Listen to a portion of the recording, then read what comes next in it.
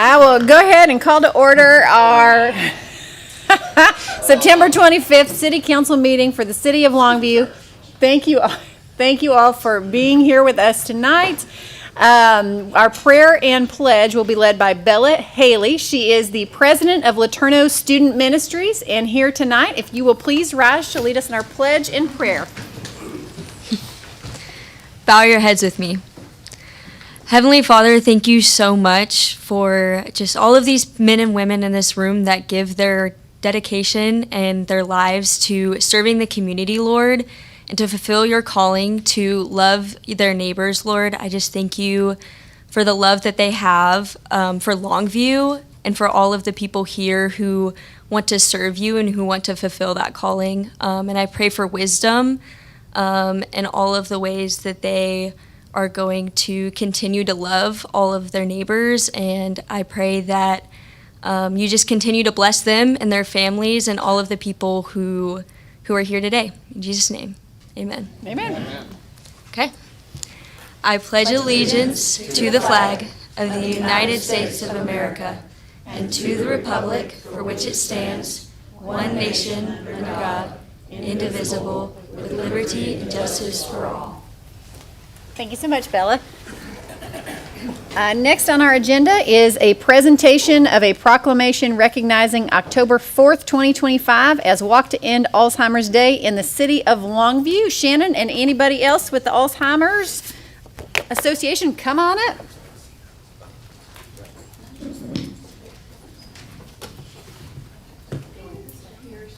Come on up. All the way up. All the way up. I did not give you a heads up. Would you like to say something about the walk? Oh, you can do it on the cuff. Of course. We would love to see y'all at the walk, October 4th, Teague Park. Opening ceremony starts at, event check-ins at 8 o'clock, opening ceremony at 9, and we would just love to have you. It's a really powerful event, and we're raising money for research because what we really need is we just need to end alls. That's all. Thank you. Thank you. And I think Councilman Newstead has a team that he would love to have you join. So if you're looking for a team, look no further. It is my honor now to declare October 4th, 2025 as Walk to End Alzheimer's Day here in the City of Longview. Over 55 million individuals around the world are living with dementia. In the United States, nearly 7 million people are affected by Alzheimer's, and more than 12 million are providing unpaid care to their loved ones. The Walk to End Alzheimer's takes place each year in more than 600 communities across the nation. This event stands as the largest fundraiser dedicated to Alzheimer's care, support, and research. With recent advancements in treatments, it is more crucial than ever to participate in the Walk to End Alzheimer's, which invites individuals of all ages, abilities to stand together in the battle against this disease. This event represents the largest fundraising effort in our mission to combat Alzheimer's, and now, therefore, I, as the mayor of the City of Longview, do hereby proclaim the day of October 4th, 2025 as Walk to End Alzheimer's Day in the City of Longview. Congratulations. Thank you. Yeah. But we're gonna.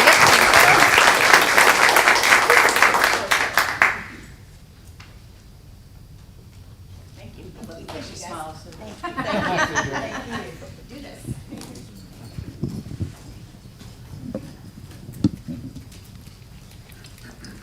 Thank you guys so much for being here. Next, we have a presentation update on financial and actuarial status of the City of Longview Firefighters Pension Plan. Mr. Will Harrell, you are up. Thank you for being here. Yes, ma'am. Thank you. And it's good to be with you. Today I was asked to give a brief update on the performance of the pension obligation bond and a general update on the funded status and amortization schedule of the Longview Fireman's Pension. We'll start on page 1. Actually, could you move to that other page? Perfect. Thank you so much. So this is a little bit of history starting back in June 30 of 22, this top bullet point. As of June 30, 2022, the total pension assets in the firefighters' pension was $42,082,671.42. There was a cash infusion of $45,600,000 from the pension obligation bond issued July of 22. The total cumulative return for that pension obligation bond infusion as of August 30th, 2025 is a positive 37 7.05% net of all fees paid by the Longview Fire Pension.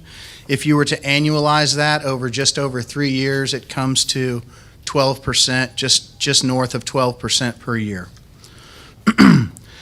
Looking at the total pension fund, however, total pension fund has returned, pardon me, ragweed, net of fees, 9.36% for the trailing 1 year period. That would be August 30 of 24 through August 30 of 25. 11.09% per year for the past 3 years, and 9.3% per year for the trailing 5 year period through August of 2025. And as a reminder, the target rate of return for the pension fund is 7.5% net minus a 3% inflation assumption, so really a 4.5% net real target rate of return. And as of September 23rd, the total market value of the fund is $107,566,923.89. As of the end of 2024, our most recent actuarial study calculated that the fund is just under 69% funded for all of its future obligations and could pay off its current liability in 29 years for its amortization schedule. The Pension Review Board in Texas is very, very adamant about keeping that amortization schedule under 30 years. And for the year through September 25th, January 1st of September to September 25th, the year-to-date return for the pension fund, net of all investment-related fees, is 10.46% through yesterday. Are there any questions? You don't have any question, John? You're the financial man. No, Will and I have talked plenty of times. So, On the returns are excellent. Returns are very good. Originally, we were going to have a shortfall for several years and would kind of level out. Are we in that period now where we're leveling out? I mean, are we going to be secure for the foreseeable future?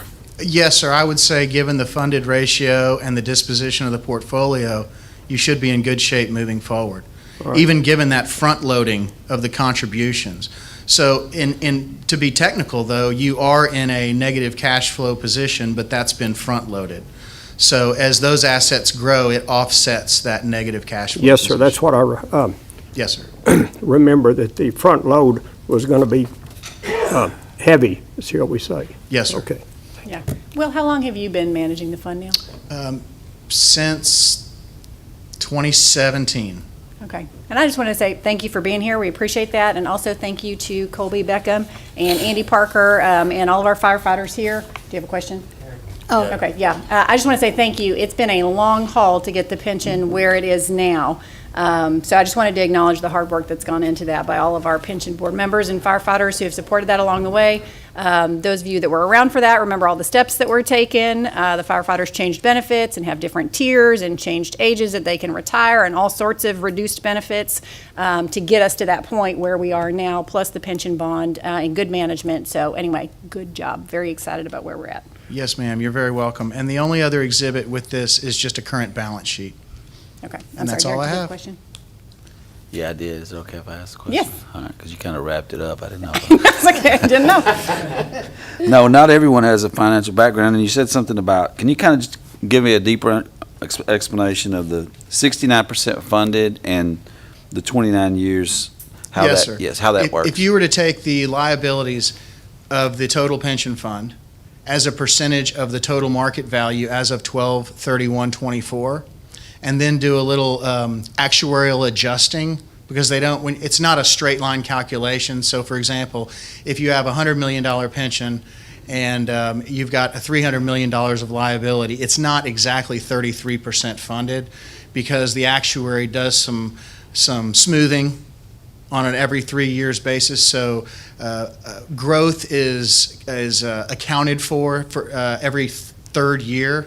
So you're taking, say, 10%, or say a 9% rate of return, you'll recognize 3, 3, and 3 over the course of a 3-year period.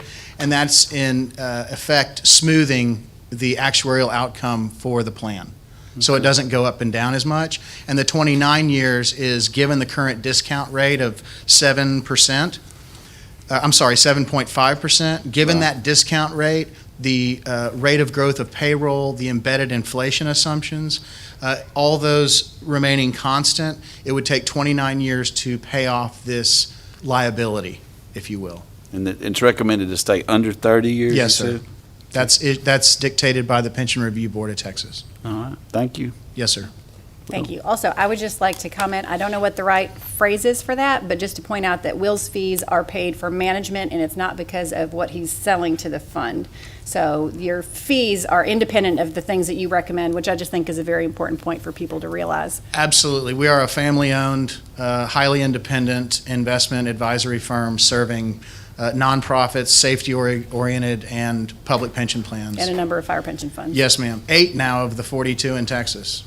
Excellent. How things have changed. I had a question. Yeah, go for it. Can you elaborate a little bit more on the front loading, when you're saying front loading? Sure. I don't have the exact numbers off the top of my head, but there was a certain amount that was going to be funded by the city into the pension fund every single year as a portion of their pay.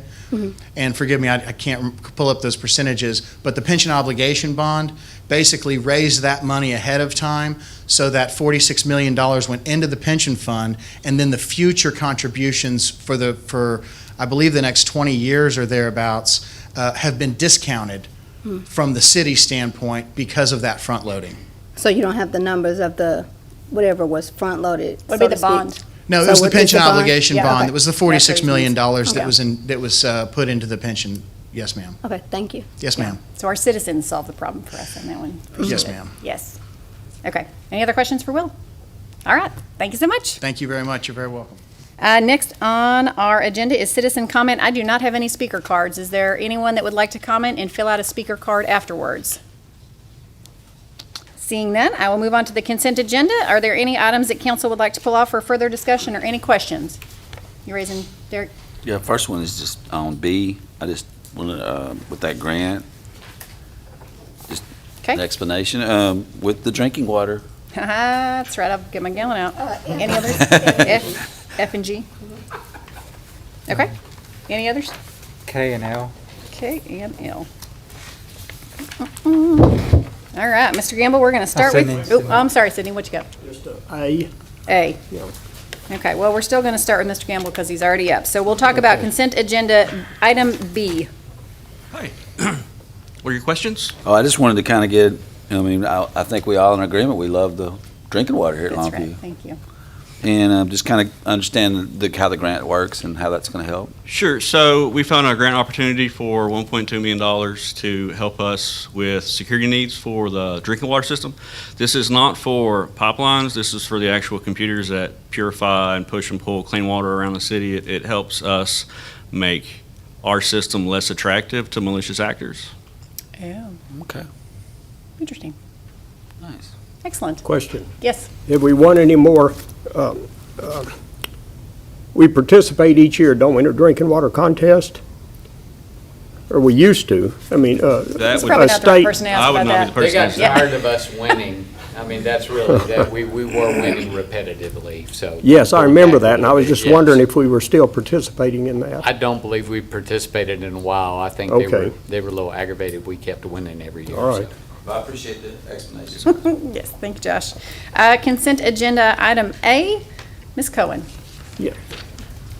So this is the annual adoption. It's required by the Public Funds Investment Act, so we have the council review it every year and approve it. Well, I want to recommend the excellent job you've done. Do you have Oh, well, a, thank you. I'm not going to get too, do you have a particular investment policy that's over the years that you've used, or is that? This is it, and there are specific items that we actually can invest in, so that keeps me, I guess, in line for the Okay. investments. Yeah, thank you. Okay. F and G is Dwayne Archer. And that, who wanted it? Was that you? Was that you? Okay. Mine's also L too. Oh, okay. Oh, K will be something else. I'm sorry. Any particular questions or just general? Yeah, general information, and then I had a couple of questions. On F. Oh, I'm sorry, F and G. F and G, okay. Yes, ma'am? Tri-State Battery Supply and AT&T Corporation.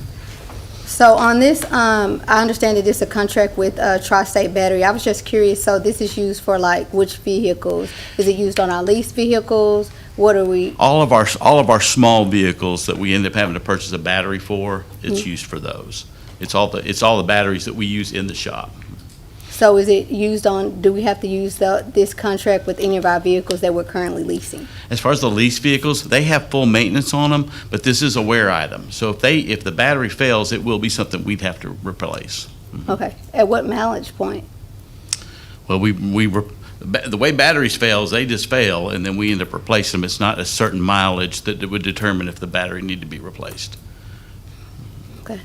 And so on any, say we start leasing a car right now and then the battery fails on it, then we have to replace the battery? Well, a lot of even though times we're when we leasing? get the car, it has a warranty on the battery, and so we'll take advantage of that if we can. Okay. Thank you. And G? G? Yep, sorry, Dwayne, don't go away, you're still up there. Well, I think Josh Oh, probably you're can right. help us with this more. Okay. Okay, so this is for the 911 services, correct? No, so we have a disaster recovery data center inside of what we know as the EOC over at the AT&T building. This is to renew that contract. It's Okay. emergency operations, and so we don't stand that up all the time. That's just in emergency situations, we would use that facility. But we do always have an active disaster recovery data center in that building, so we have technology there. I see. Okay. Thank you. I just wanted to clarify that. Okay, thank you. K and L is Dwayne Archer. Oh, and Sean? I'll take Okay. K. We've got a visual for this one. Ooh. So, I wanted to pull this off because this is great things that coming to Mod Cobb. So I just would like to show the public what's coming. So appreciate it. Yeah, so on the east side of Mod Cobb, we're going to be constructing a pavilion. It'll be directly adjacent but not connected to the building. It'll have sidewalk door access to there's a walk-through door on the east side of the main hall, but it'll also have a sidewalk to connect over to the Idleman room, and it's directly across from the blind garden. And so our hope is that this will be something that we can utilize really for all three of those different rentable areas to enhance that. We do have people that utilize the gazebo and want to have weddings and special gatherings outside, and this will allow us to better serve that for sure. Awesome. And then how's this funded? So we've been doing a lot of improvements across the Longview Convention Complex over the last several years, and we utilize the hotel occupancy tax dollars. There's a 2% that's specifically designated for improving and operating the convention center. So we've been using that to cash fund improvements there. So we've made a lot of improvements inside Mod Cobb. We just renovated the exhibit center as well. And so this was one of the projects from our master plan that we just keep marching along making improvements. Okay, so this was part of the master plan that they've identified as Right. There was within the master plan, it had a smaller pavilion, but when we were looking at that plan, we really felt like we needed to expand that to make it be a better use for the clients. We do have a lot of people that rent the space that want to have kind of that indoor-outdoor function, and so sometimes they'll rent tents and do those kinds of things. And so this will really allow us to meet some of those needs better, we really believe. And do you have an idea when it'll be open? I believe it's a 3-month construction schedule. Okay. I appreciate you and Gay as well for doing this and helping with that. I'm finished with my questions. And from somebody who's experienced this, when we've rented Mod Cobb before, we were out there cooking, we had to bring our own tents and shelter. It wasn't enough. So definitely it'd be something that I know a lot of other people will appreciate. Yeah, it's about 2,000 square feet, which is about the maximum of what we're able to put there on the side, but I think it will really add to that functionality, like you said. Wonderful. All right, thank you. Then L. Oh, that's exciting. Pull you back up, Dwayne. Yes, sir. Awesome. So this is the water line relocation for Delia Drive realignment project. So if you'll just give a little bit overview on that project that we're doing, where we're at, and then what the next timeline is going to look like for that project to be completed. Certainly, yeah.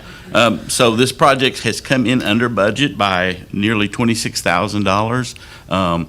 but it was relocating water lines so that Delia could be relocated so that it wouldn't be hitting right at the intersection like it was before. And we have completed that water line, so now TxDOT takes it over, and we'll finish up that project and get that finished. And so we're excited about getting it done finally.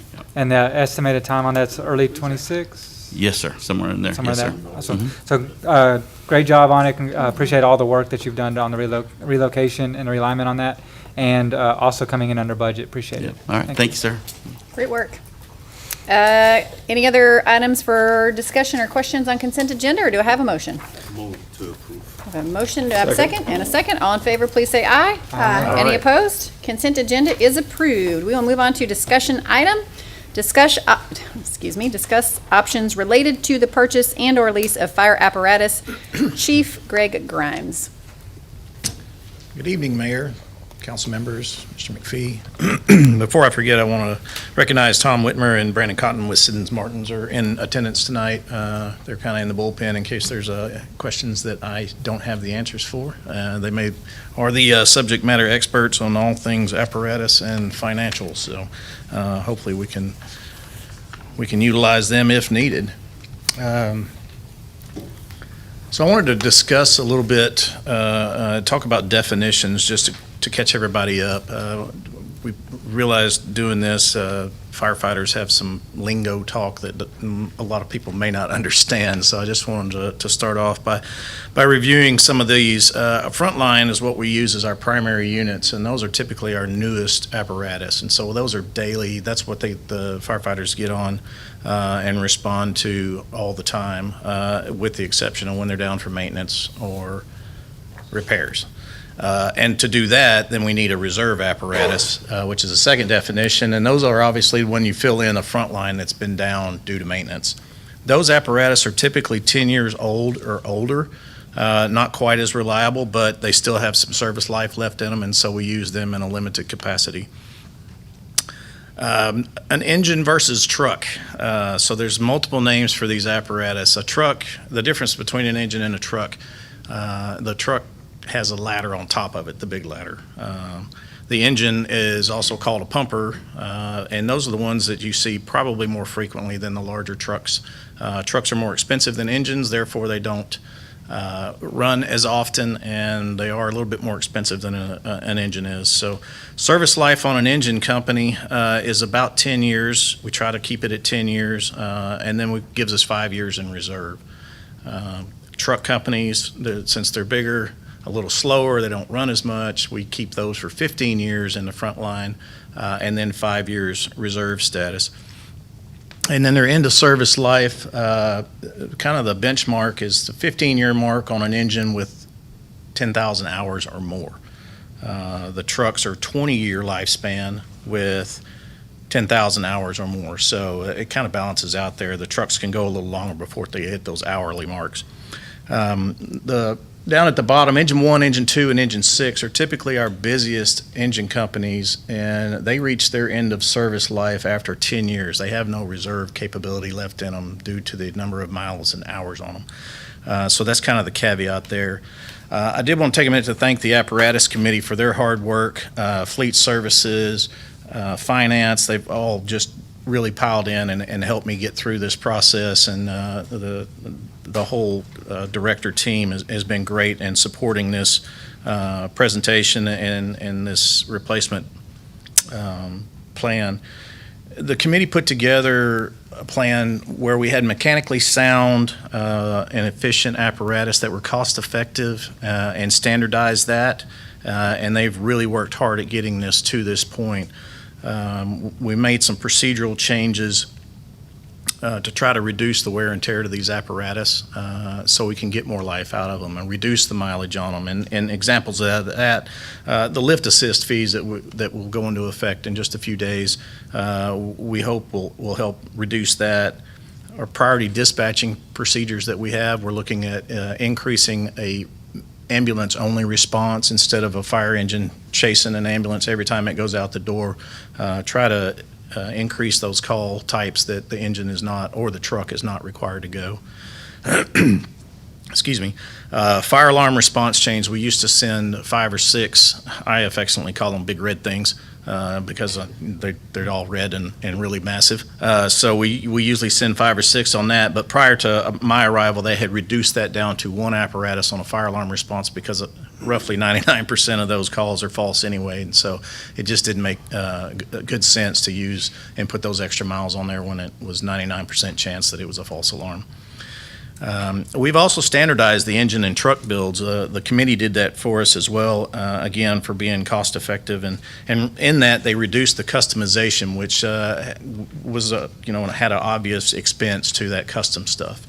So we've lowered that.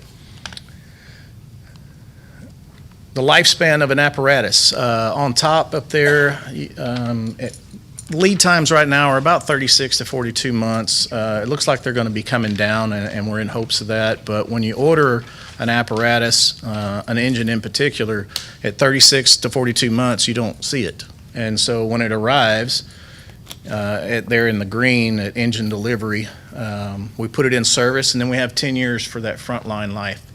Sometime during that that 10-year life, we need to estimate the lead time on the next purchase to replace that apparatus. And so then you start to stack payments on top of orders for the next round. And so it gets a little complicated on trying to plan out that schedule, and we'll review that in just a bit. But once that order is placed for the replacement, and it arrives, our engine goes into reserve status. It's there for 5 years, and then there at the red, when it hits its total 15-year shelf life, service life, it is gone. It goes to auction.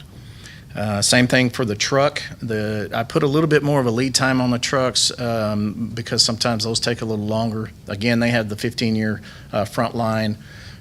We'd have to estimate the lead times again. They do stay in reserve status for 5 years, and then when they hit their 20-year life span, they are then sold. And again, I want to say kudos to Dwayne and Fleet Services and his team. They did a tremendous job, and Angela Cohen helping me with the figures and the numbers. They were talking a lot of figures that just kind of made me glaze over and get numb. So I appreciate their help. On the next slide here, so the Longview Fire Department has 7 frontline engines and 4 reserves, so a total of 11 engines in the fleet. And then trucks, we have 3 frontline trucks and then 1 reserve. So in total, we have 15 big red things or apparatus that will be required for replacement schedule. And the goal is to do a continuous rotation to avoid these large financial burdens at any one time. This graphic kind of shows our frontline apparatus that are in need of replacement, and you can see engine 4, engine 2, and engine 1, they all hit their end of life in 2026. So engine 4 has not even been replaced, the order's not been placed yet for it. It's a 2011 model. Engine 2 and engine 1, those are a couple of the apparatus that have the high mileage and the high hourly rate at 10 years, and so their end of service life is 26. And then if you look down at engine 7, it's a little bit newer model, but with the lead times, if we were to order that engine tomorrow, it would arrive just in time for it to go into the reserve status where we could get the full 5 years out of it. And then the same with engine 3. That one is only 2 years old. However, if we ordered it now, and on the next slide, this will make a little bit more sense, but if we ordered now, it would go into reserve status a bit early, so we would get an extended reserve life out of it. And then truck 5 is our only truck that is in need of replacement. And again, if we ordered it now, it would be here in time for the reserve status as intended. And this is our reserve fleet. Engine 17, it's been around a while, and these engines and apparatus are tired. We got the oldest one at 22 years. Engine 11, that's the workhorse of the reserve apparatus. It is usually out daily at some station running while another one is having maintenance on it, and it's 19 years old. So as you can see, none of our reserve apparatus are at the 15 or 20-year mark. They're exceeding those numbers, which makes it difficult to replace those or use those reserves because it's an unreliable fleet, and there are times when we have no reserves going into the weekend where if we had a mechanical failure on a frontline apparatus, we wouldn't have anything to jump into. And Fleet Services has bent over backwards to keep us in good working order, but it's definitely taxing on them as well. So our finance and purchase program details here. This is for the 3 fire engines, AKA pumpers, and 1 mid-mount truck. And you can see there, if we do the 10-year payment on that, we would order it and then roughly $741,074 for those years. But I think we've got some updated numbers, and we'll get into that in a little bit later if need be. And then our lease turn-in, this is where our thought was we would lease an engine for 10 years and then turn it in at the 10-year mark, which would be engine 1 and engine 2, the busy ones that don't have any service life left with them after 10 years, and avoid that balloon payment of $606,991, and then we would need to reorder again and on the replacement schedule. So the thought was the slower apparatus we could keep, purchase at the end of 10 years, and then they would go to reserve status. These, however, would go back to peers. And so finally, the seed money requested for this project, just to get us caught up for the 6 apparatus that we need desperately, is $3.5 million. And that provides the ability to order the needed apparatus and fund the replacement plan for roughly 10 years. And we have a plan for even further than that, but those are discussions that we can do. Ms. Cohen has some numbers, I believe, and then I'll answer any questions if you have them. You raising your hand, Cindy? Oh, Go for it. Yes, okay. I think the ambulance-only policy is very good. Sometimes you're in a situation, we had a situation where somebody had to be carried out on a, what do you call it, a cot or something? Stretcher, yes. And the question they said then was, at that time, and I could be completely wrong, there was only 2 people in the ambulance and 2 on the engine. Have we got a plan where we can, I guess what I'm saying is, have we got a plan where we can put more people in the ambulance when we have an ambulance only? Occasionally we have paramedic students and EMT students and personnel that are in their field training program, so that puts 3 on an ambulance. Occasionally. I don't know, I wouldn't know the numbers exactly how that is. But we're also at a point where if the 2 on the ambulance cannot handle a patient due to the weight or the severity of the call or whatever it may be, they can certainly call for an engine company or a truck company to come down there and help them load. No, I think it's a very good program. Now, I'm not quite sure here on this $3.5 million. I think we had talked about part of the reserve for that, or is that a different program? No, that's what we're talking about. Okay, that we had talked about previously in the reserve. Okay, thank you. Yeah. Fine. Thank you. Sure. Go ahead. Question, and I know we spoke a little bit, and I know this come on the recommendation from the group that was put together.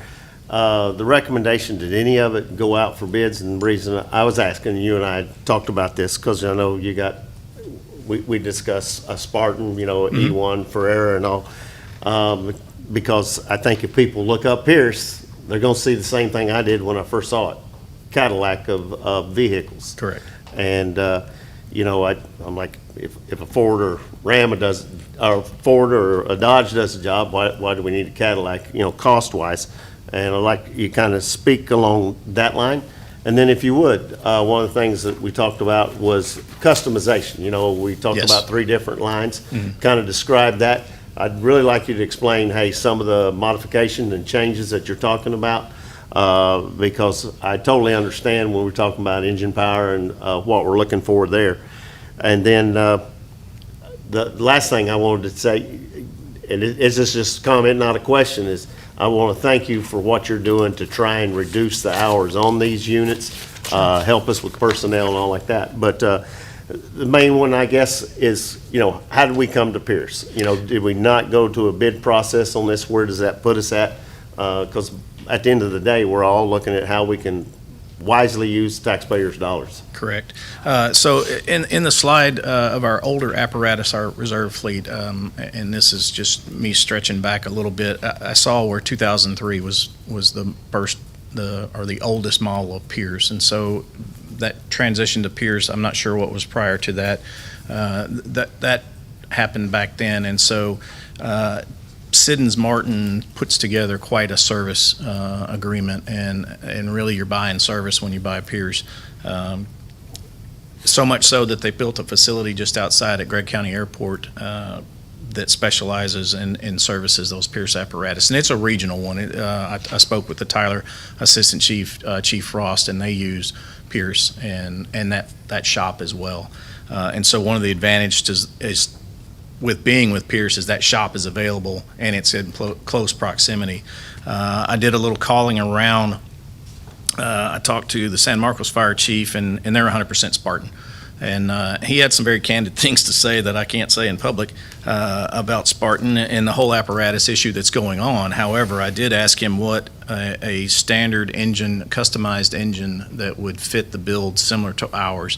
And he said his is $1.25 million, which is right in line with Pierce. And the advantage of staying with Pierce is that we do have that service, and our fleet services technicians are also trained to work on Pierce as well. I contacted Plano Fire, the Assistant Chief of Operations. They used Rosenbauer for a while, and they've returned to Pierce because of some of the issues they had with Rosenbauer, and that also relates to some of the service problems that they had.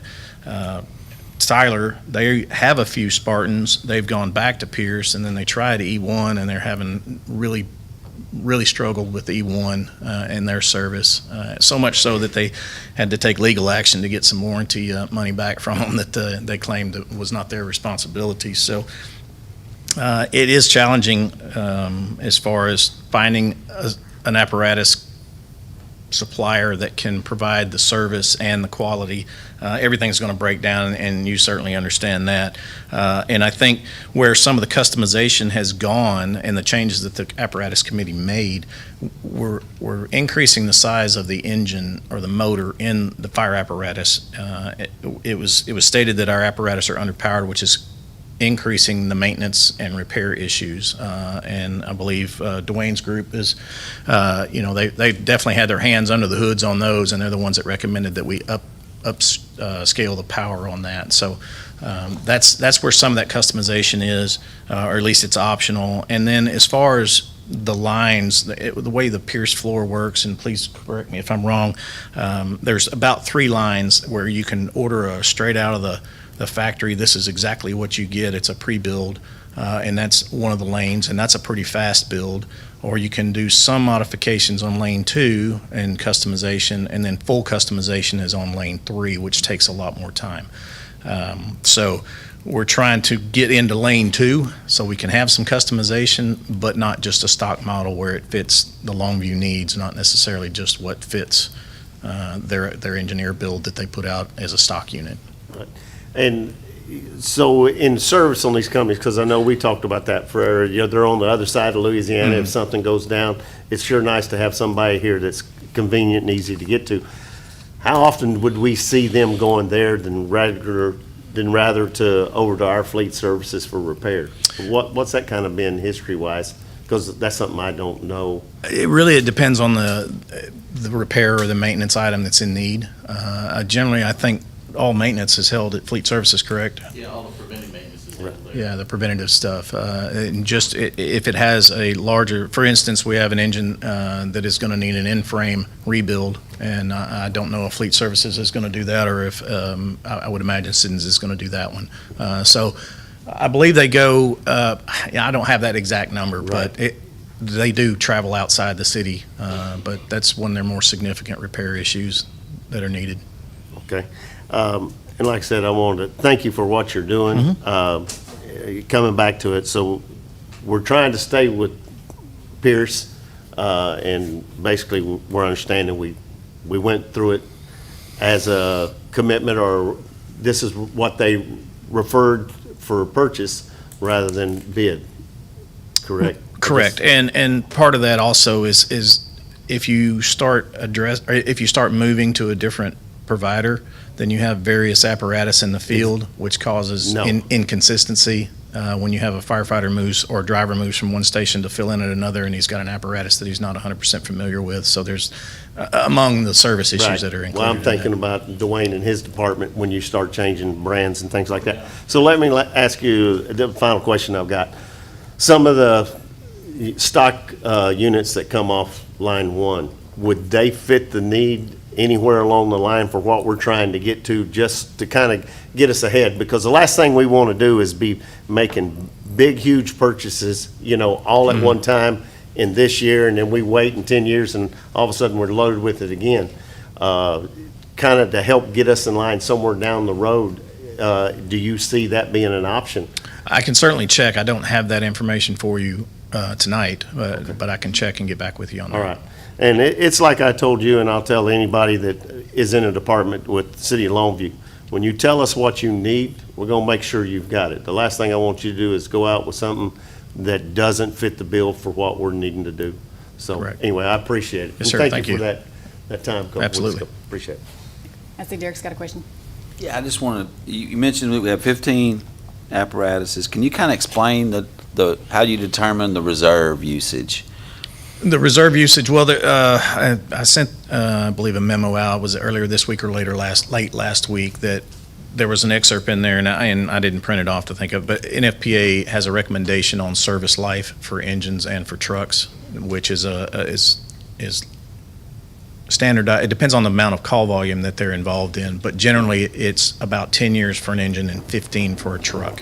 And then they have 5 years of reserve status. So ideally when, let's take engine 5 for instance right now, it's a frontline engine with 150,000 miles on it and 15,000 hours. So it would typically go to reserve when its replacement came in, which is due next month. But it has no service life left in it because it's been in frontline for so long. And so there's also a resale point or a breakover point. When they reach that 10,000 hour mark, there's really no market for an engine or a truck that has more than 10,000 hours on them. What is your, as your department, what's your determination? Hey, when do we go to a reserve? I guess is my question. When it hits that 10-year life on an engine and 15 years on a truck. But like if you have a call, are those only used in emergency service? I'm sorry. I wasn't following the question. So if engine 1 is in need of an oil change and some general maintenance, it goes to the shop. Those individuals will get on a reserve unit and back it into the station and run on it as an engine 1, but it's technically one of our reserve fleets. And then occasionally when we get in an overload, and more so on the ambulance side, if we jump into what we call backup med units. So if all 6 med units leave and are on calls, and then we get another medical call, then one of the stations will get on a backup med unit and take off, and that's similar to the reserve status. I just want to echo what Jody said. I was trying to make sure we want to have the best opportunity with best resources possible and how that works with resources. I want to go, second question I have is, you mentioned the lease option. Are there other cities that are using leased vehicles? Is that something to explore? Yes, actually, it's a lease program that Pierce put together, and I was just speaking with Tom out there, and he was saying that Plano has leased their reserve fleet.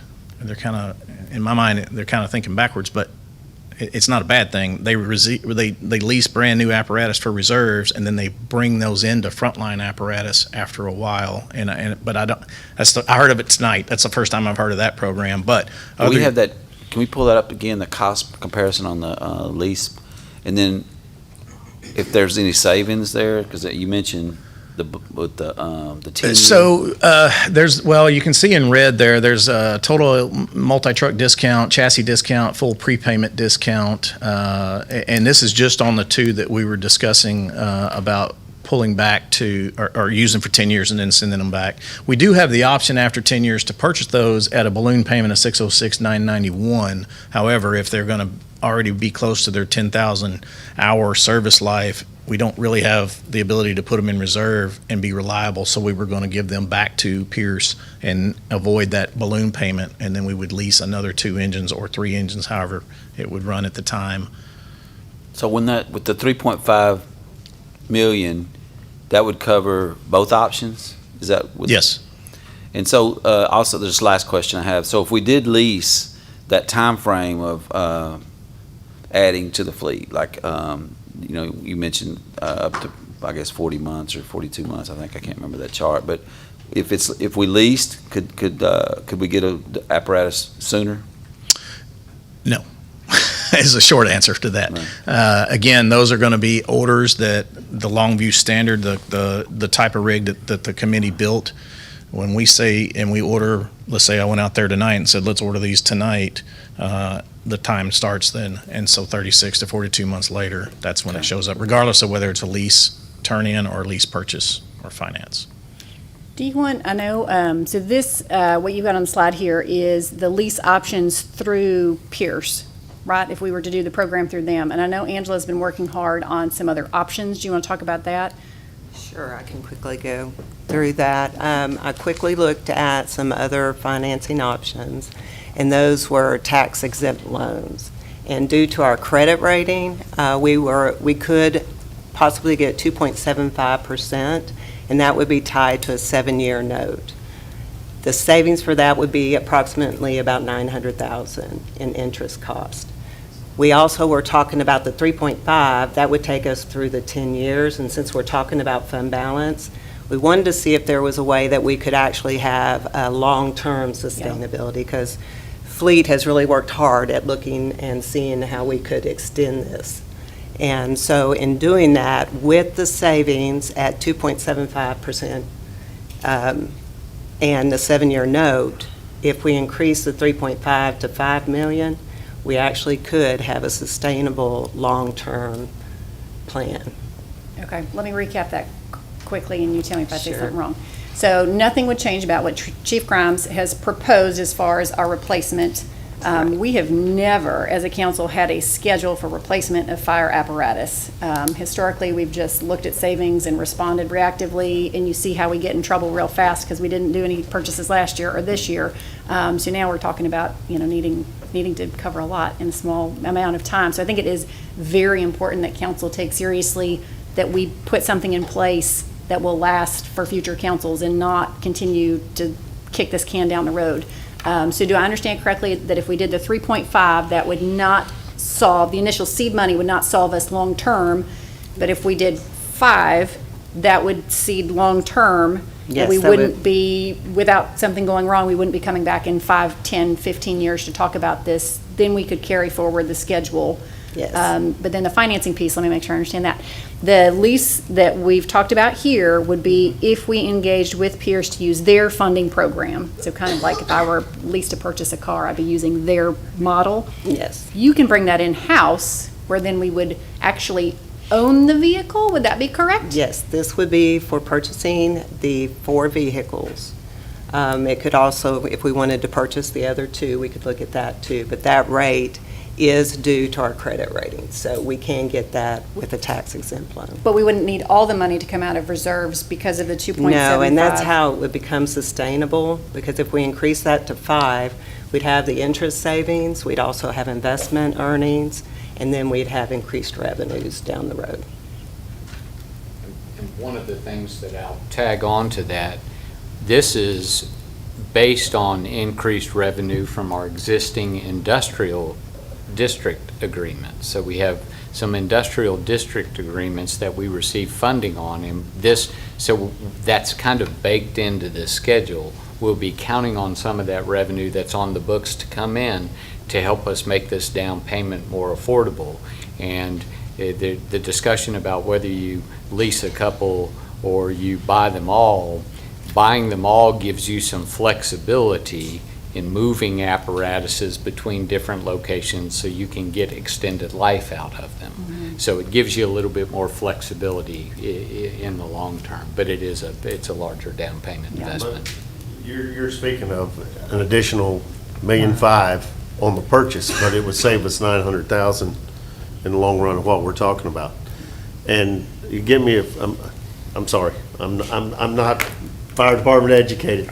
So on our engines, not trucks, some of those you can get into for right around $1 million, a little more than, that was right, 1.2 million maybe?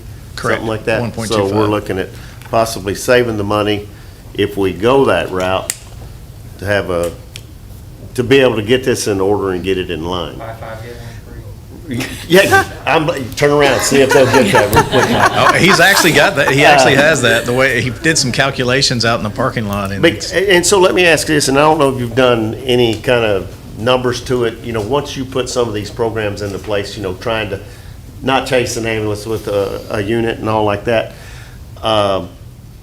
the hours and the mileage that we're putting on these vehicles, do you think, hey, we might see a 10%, a 25% reduction in the hours, which buys us more time, which kind of gives us some leniency when you're talking about getting on a schedule to purchase these trucks? that's what we're in hopes of by doing some procedural changes, like you were speaking of, and reducing those non-emergent hours on the apparatus. That as time goes on, we'll kind of realize those efforts later on, and then we can make adjustments as we see that happening. And if we're getting a reduction in on all that, the reserve life may go to 10 years, or we may leave it in service longer. It's number dependent, and it's hard to judge that right now. Now, there's a lot of those numbers, sorry, the acronyms, NASF, what did you say a while ago? I think Derek was talking to you, the people who put the standards in place. I'm sorry. NFPA. Okay. That's the numbers that they're going by. Correct. As well. Okay. All right. That's Aubrey had a question. Yeah, it's a quick question, kind of separate though. So it appears with a lot of, and this is not necessarily directed to you, Chief Grimes, but just a general question. So it appears that a lot of our city fleet now are all under lease agreements for the most part, correct? Mr. Archer might be able. Smaller vehicles are now. I remember we sat and we did a big lease agreement with a lot of our fleet, our city fleet a while back. Yes, sir. And when we did that, we also eliminated a lot of our maintenance, correct, that we were able to do in-house. It helped a lot with maintenance and downtime. And yeah, I'm saying, but we eliminated some of that staff as well, correct? Yes. So I heard Chief Grimes mention that if we do take this on, even under a lease agreement, we will still be responsible for some of that maintenance with Yes. it? Yeah, there's always maintenance, even if you're leasing a vehicle. That we are responsible for under a lease. Some of that preventive maintenance will fall there. So some of our other lease agreements, the maintenance is completely outsourced to the person that the leaseor, correct?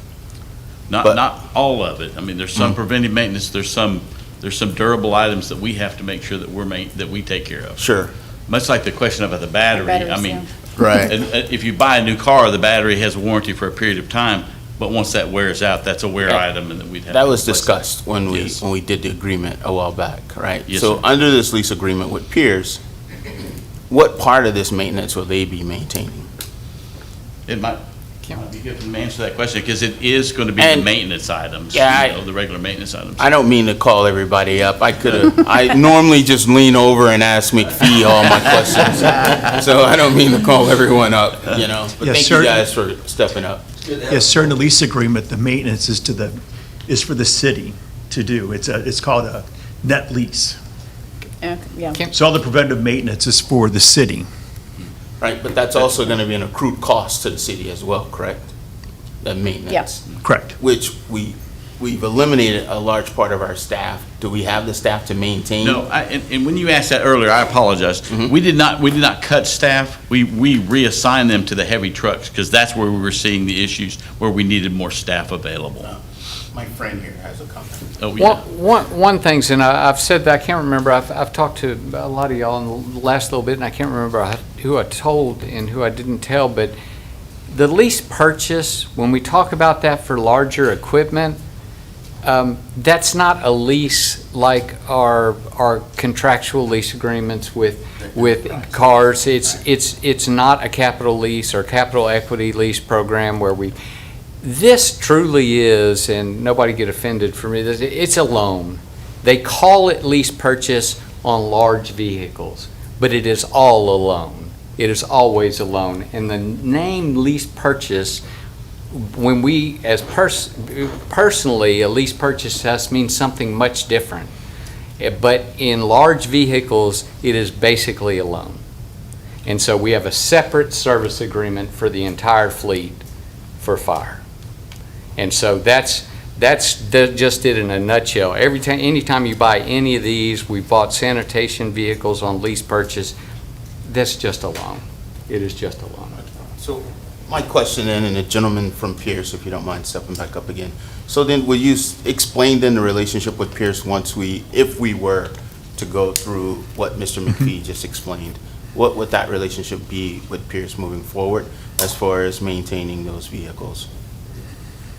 Well, the payments you see, that is the capital cost of the equipment financed via loan. As far as the maintenance would still be the same as the city has already done, as if they purchased the vehicles for cash. Sure. There's not a maintenance plan included in that lease agreement. Okay. Thank you guys for coming up and speaking. There can be a preventative maintenance plan included. There can be extended warranties included too. If you want to buy it. I'm sorry? Yeah, if you want to buy it. Yeah, you'll sell it. Yeah. Okay, yeah, go ahead, Sid.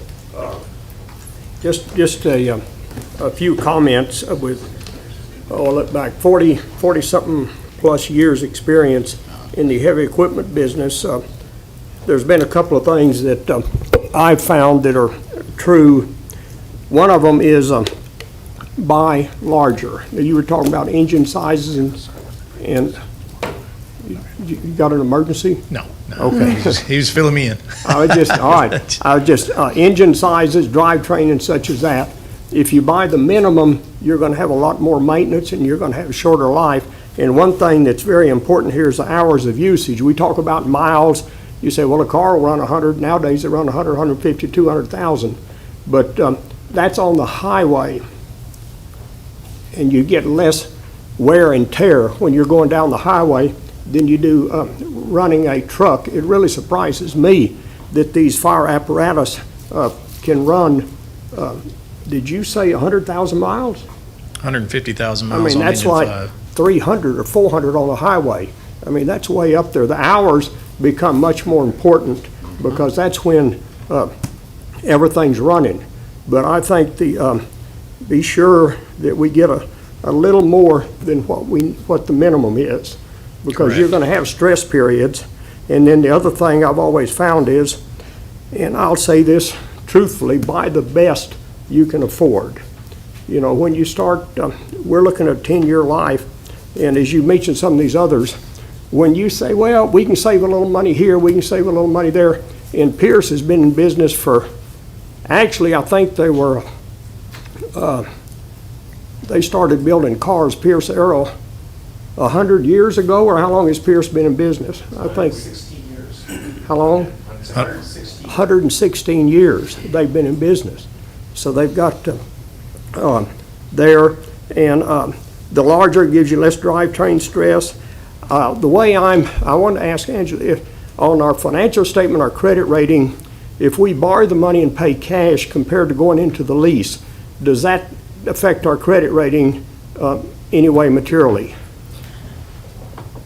It does. It goes against our debt ratios. It wouldn't be material, especially if we make the payments. It's all, you know, how you perform financially. But it does, if we sold the bonds or whatever, that would increase our debt ratio, where if we leased it, we wouldn't have to show that as an obligation? No, it still has, that would show up as a liability against the maintenance and operations.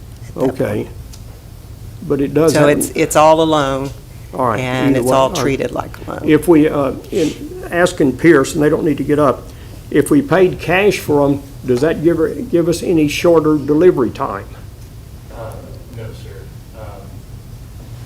Okay. Backlog, that's in All right, place. okay, all right. I think that's about it. Thank you. Thank you. All right. One of the things I want to say is I've had an opportunity to visit Dwayne, and I think there was 4 or 5 of our trucks over there for maintenance, and if somebody's looking at a fire, they sure don't want to be them sitting over at maintenance.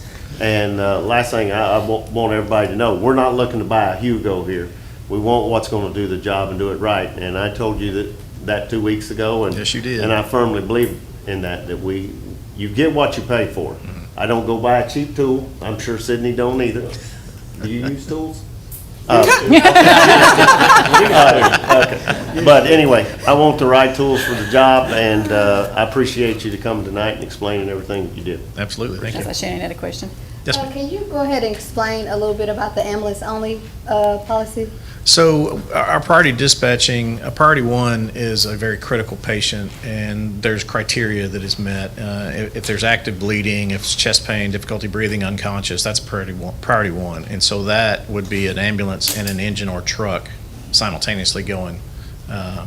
Priority two is very similar to that, but it has to do with districts. Priority three is like a less severe call, broken bones, feeling sick all day, and called, to go to the hospital.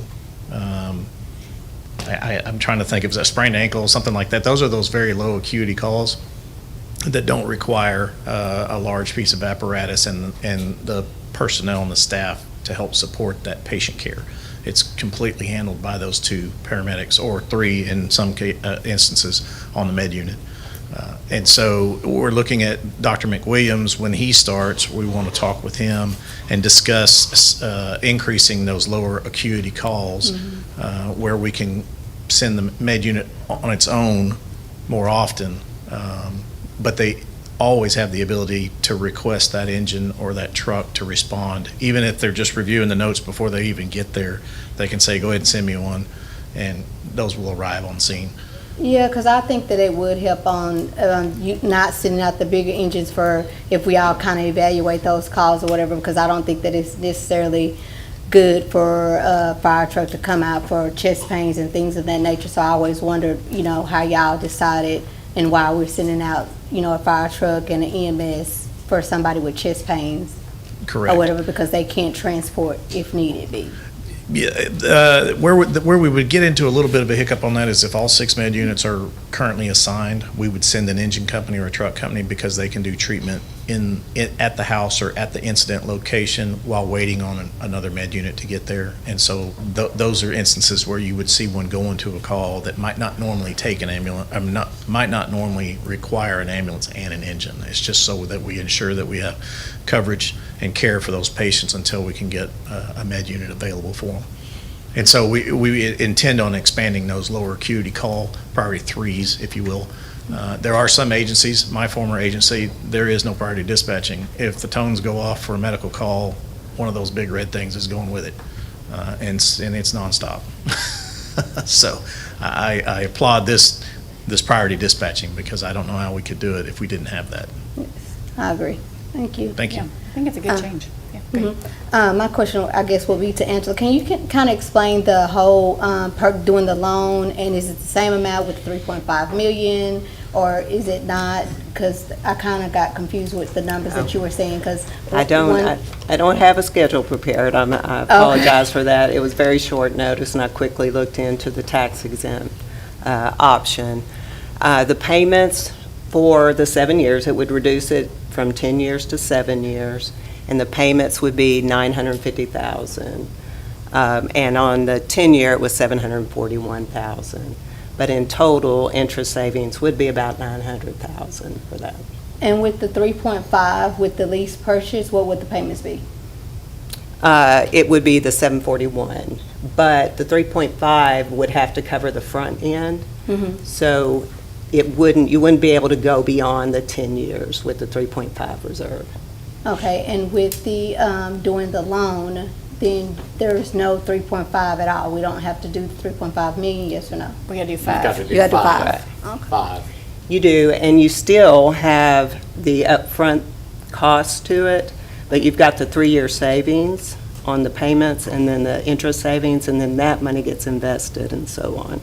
So that's And why it then would we take us have- past 10 years. Right.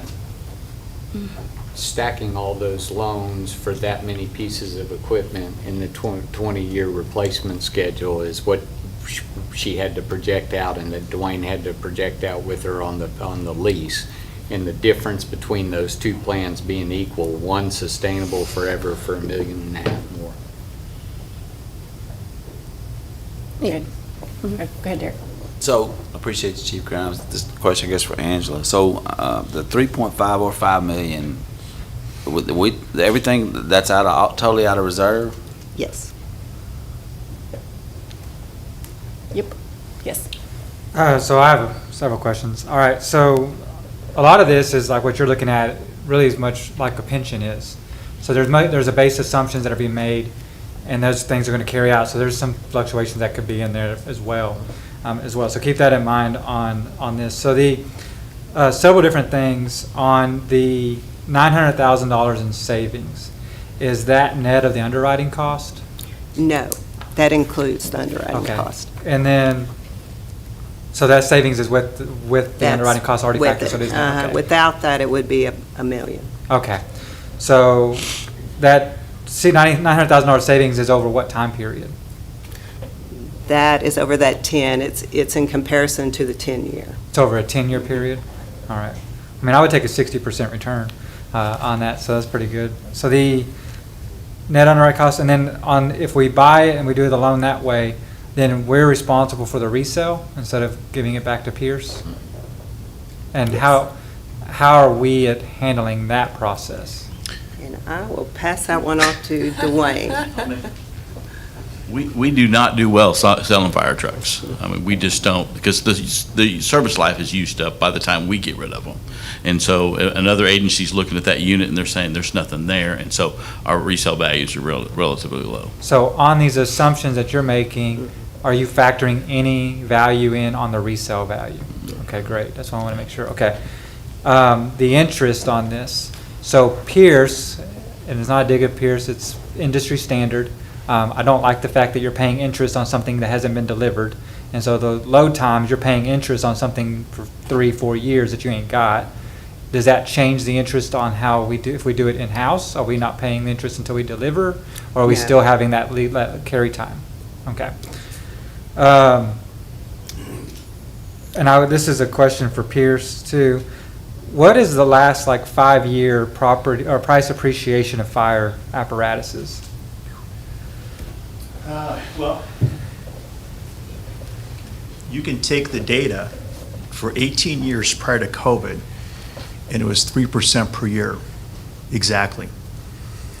When COVID hit, that's when inflation hit. That's when supply chains were constrained. It's also when ARPA funding came into the cities, and they used that funding to purchase a lot of assets. And so historically, the industry would buy 4,500 trucks per year. And that's what the manufacturing capacity and the supply chain was built to supply. After COVID, the numbers industry went from 4,500 to 5,300, 5,700, 5,900, almost 7,000, back to 6,300. And so we've had constrained supply chain. But Pierce, we've increased our manufacturing footprint by over 500,000 square foot. We've added employment of over 25%. Our supply chain, our suppliers are doing the same thing to catch up on the lead time. So it's forecast that the lead times will improve, but the industry was hit with the tsunami of orders and demand that wasn't anticipated. So the price increases, to answer your question, the price increases, I have to go back in the data, but 1 year it jumped up. I think 2021 was 7.5%. I'll have Brandon do, but then. And I'm not going to hold you to these numbers. I just want to get an idea. Yeah, in of what you're 2022 is when the year in which materials skyrocketed on everything. And so that price increase, the increases that we saw in material prices was like 22%. And that's where we saw the big jump in apparatus prices. And now they've stabilized. But they haven't went down, right? So No. And what do you feel is a fair inflation number to apply to fire apparatuses going over the next 10 years? Do you have an idea of what that? So that number, like he said, it has leveled off some. That was a volatile question. Are we back at 3%? I mean, So I would say just to be safe as far as planning goes, and, somewhere around that 6% mark. But we are coming in under that currently. I mean, we've had 0.25% or 0.75% price increase here and there, but we've had some that have been 3.5 or 4. So, And it'll fluctuate. it will, yeah. Awesome. So then, Angela, what number did y'all use for y'all's assumption on price appreciation? That we did not. Y'all didn't include No, I wanted to clarify too on you were talking about the interest up front. We can work on that because I was speaking with John Martin. And so we could look at shifting, front-loading or back-loading some of that interest. And the 900,000 is on the 4 that are the purchase, it's the same thing as the lease purchase that they are offering. It's just a 7-year note. It doesn't include the 2 that would be turned back in. Okay, so we have to, like, when we're doing this, just as we do on a pension, we have to adjust for an expected rate of return on the investments minus, and we did minus that. the inflation, though, from the deal. So did we include an inflation figure in it? So just to see the numbers on it? There's an overall inflation factored in the pricing increase of the vehicles overall factored in, and we ran it in 2 different that's ways right. of 3.5% Yeah. Okay. and 6%. So we Right. ran them both ways. That's what I wanted to know, And we so- feel pretty comfortable Okay. with the 3.5 and the 5, taking into account the additions of the interest we would gain. Okay. Right, that was on the replacement. So the plan. 6% would be like a stress test, so that would be a Yes. fair thing to do. And that would still fit with the long-term sustainability at the 6%? Okay. And so at a 6%, all right, so then kind of going through it a little bit, and this is be for Chief Grimes. So in response to like having the engines that respond and all this stuff that y'all do based on priority and all that stuff, a lot of this is driven through our ISO ratings, right? So there's requirements that we have to maintain for our ISO rating. And right now, we're in ISO 2, which gives us the best insurance from the residential side, but striving to get to an ISO 1 rating, which will help the best insurance on the commercial side. And it's important to get to the ISO rating of 1 on the commercial side, especially from an economic development standpoint, because there's some businesses, a lot of businesses that we want to recruit and attract to come here that require an ISO rating 1 to even look at the place to come here. And those are going to be your major major corporations and money that's spending that require like a very strong hazmat and other different things that go with that. So can you kind of give some other things about the ISO and where we stand and what we're trying to do? We've heard recently that that it's been completed, the review's been completed, and we should know relatively soon if we're successful at getting a 1. I am extremely hopeful. Hopeful, that's not really the word. I'm confident that we're going to gain a 1. Okay, and then if we were to have issue where we have one of our front lines in getting maintained, reserve goes out, we can't respond with the vehicle, could that affect our ISO rating? Well, it's a 10-year look when you look at ISO. I don't know that if a singular or a small fraction of those numbers occurred over 10 years, if that would impact it or not. I'd have to go back and do some research on that. Okay. But fortunately, we don't run into that very often. Okay, good. All right, so we got to consider ISO rating when we're looking at the fire apparatus replacement. And so then what really we got to look at is, okay, so if we do the extra $1.5 million, so the $5 million instead, that's like I said, a 60% return over a 5-year. Will can tell me the compounded annual rate on that. I don't know what that is off my head.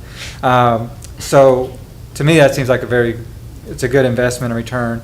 We can either stay behind, and we keep having this conversation every time. We have to pull money from reserves. We can see that if we buy them now, it's just factoring a 3.5% to 6% inflation cost per engine. We're going to be paying more for those same engines that we're going to require later, and we're running and we're pushing fleet to run harder. we're having challenges with the fire department on them having to have reliable vehicles to go forward on it.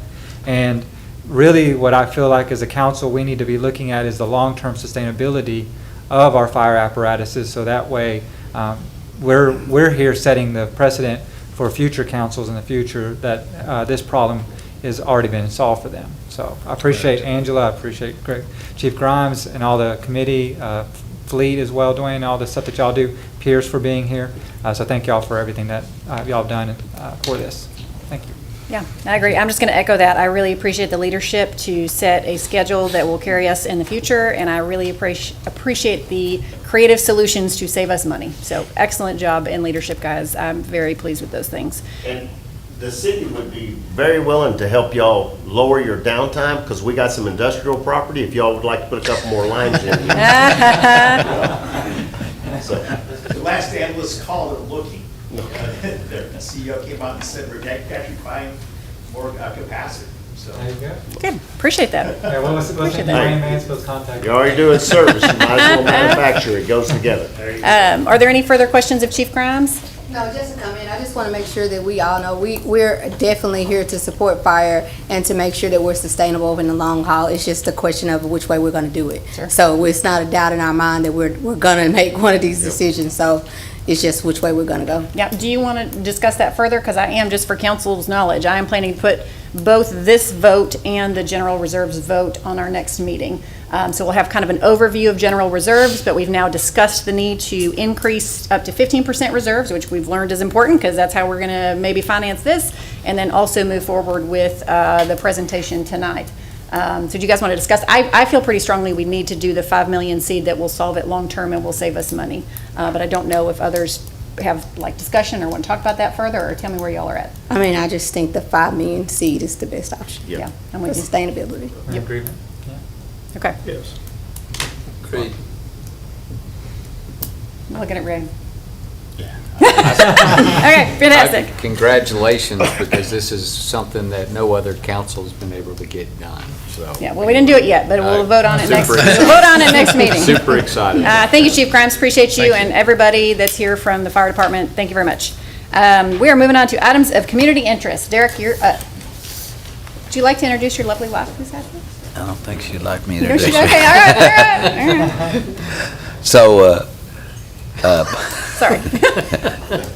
Pine Tree, National Night Out, Tuesday, October 7th. Great night with, I know there'll be a lot of options in partnership with the police department and community. And from 5 to 7, there's 3 parties: Pine Tree High School, Church on Purpose, and Pathway Church. And then the second thing of Pine Tree's got coming up is our Fall Festival on Saturday, October 18th. Anybody's invited to that. It's 3 to 7. It's a great thing. A lot of it's not really a fundraiser. It's kind of have fun and bring a cheap way to bring your family and have a great family day. And there's free hot dogs and performances. So anybody's welcome, and great things going on in Pine Tree District 1. Thank you. Excellent. Miss Moore. I just want to congratulate G. Floyd on always participating in city and local government, coming to every meeting possible. That's right, our celebrity. Good job, G. We appreciate you for always being involved in city government, and we thank you. Yeah. That's a good one. That was. Mr. Wade. Yes, ma'am. First up, on the morning of October 4th, I encourage everyone to join Longview Pause for a wonderful celebration of life of Nina Leah Allen out at the beautiful Campbell Woods. Longview Pause and the Longview Animal Care and Adoption Center are hosting a 5K nature run, a 1-mile walk where you can bring your 4-legged friends, and a fun nature scavenger hunt for the kids.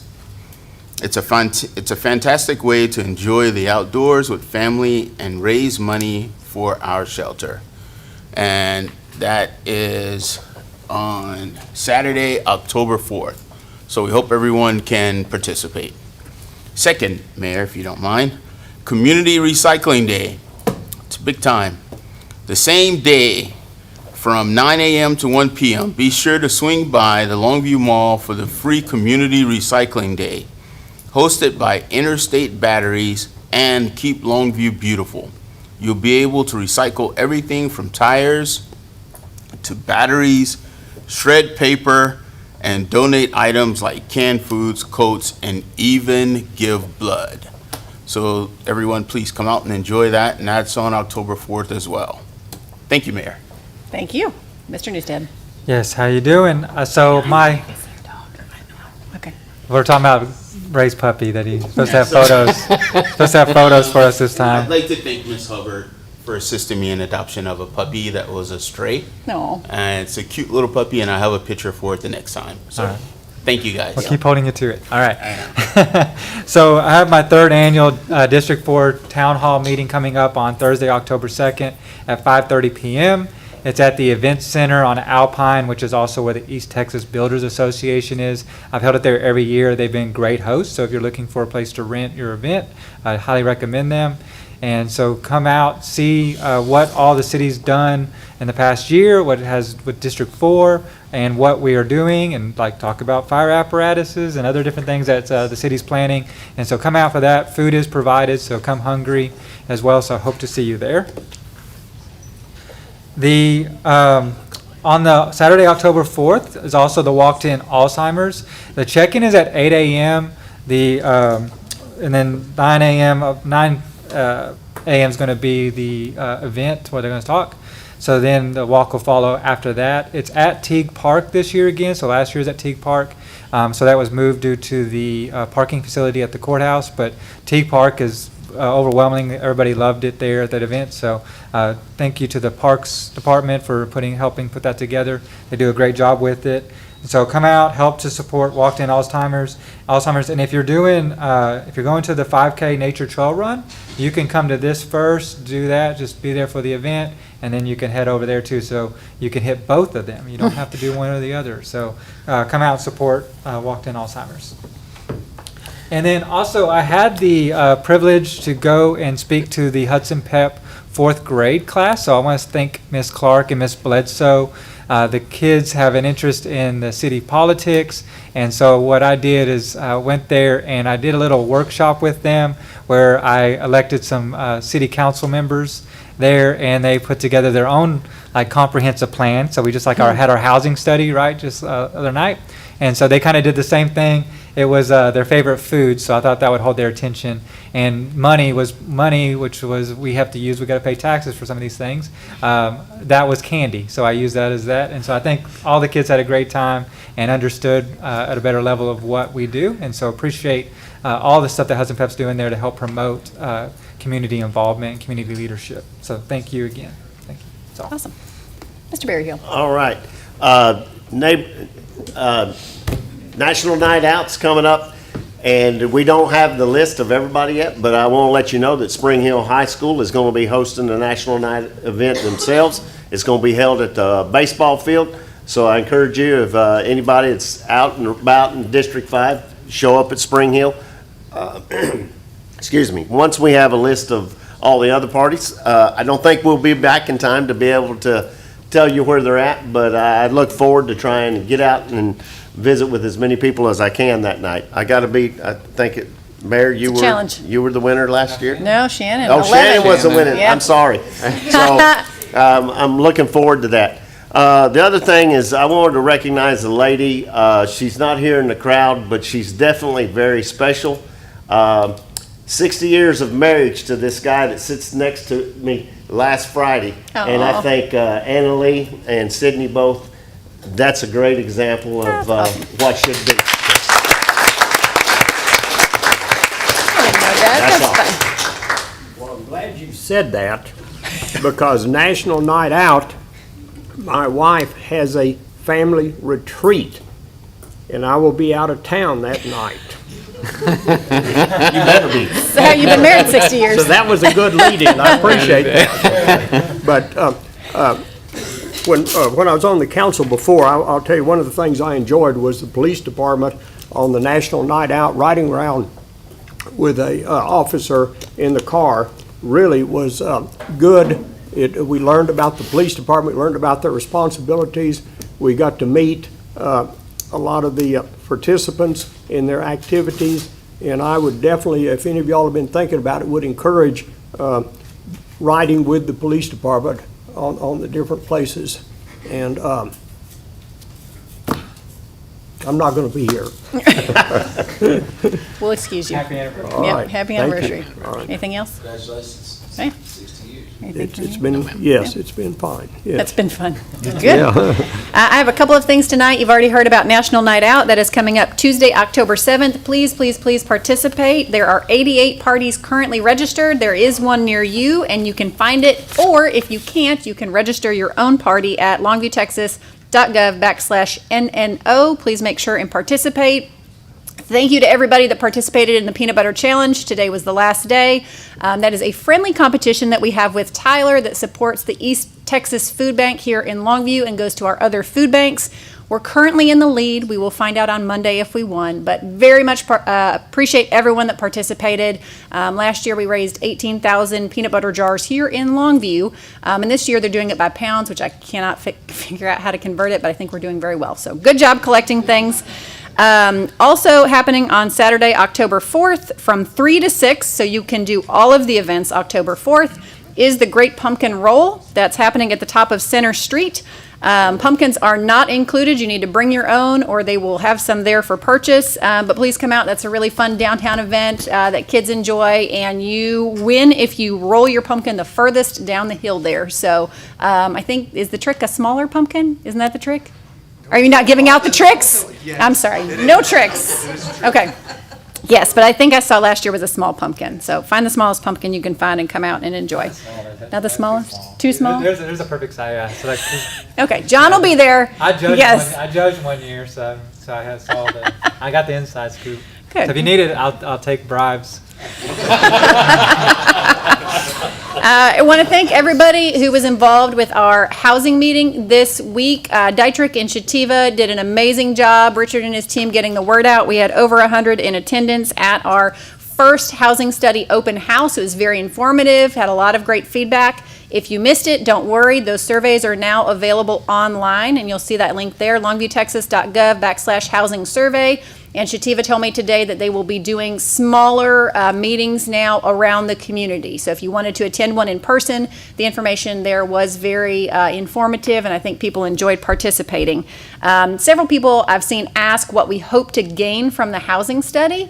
So just real quickly, what we hope to gain is some actionable items that the city could take that may mean changing some development or building codes that would allow builders to build on smaller lots, smaller houses, different materials, other creative options that would still be appropriate for Longview.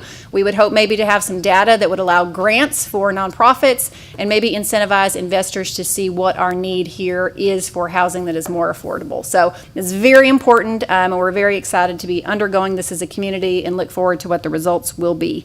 Last but not least, please join us tomorrow between 4 to 7 to celebrate our water rescue team that deployed to Kerrville during their disaster time. We're so proud that our fire department was there to support them. And between 4 to 7 at Station 5, we will come out, honor, celebrate, and thank them. So come, bring some cookies, bring some cards, whatever you want to bring, but come and celebrate them. And just be proud of the first responders that we have in our community. That's it. Thank you, guys, and we'll see you next time.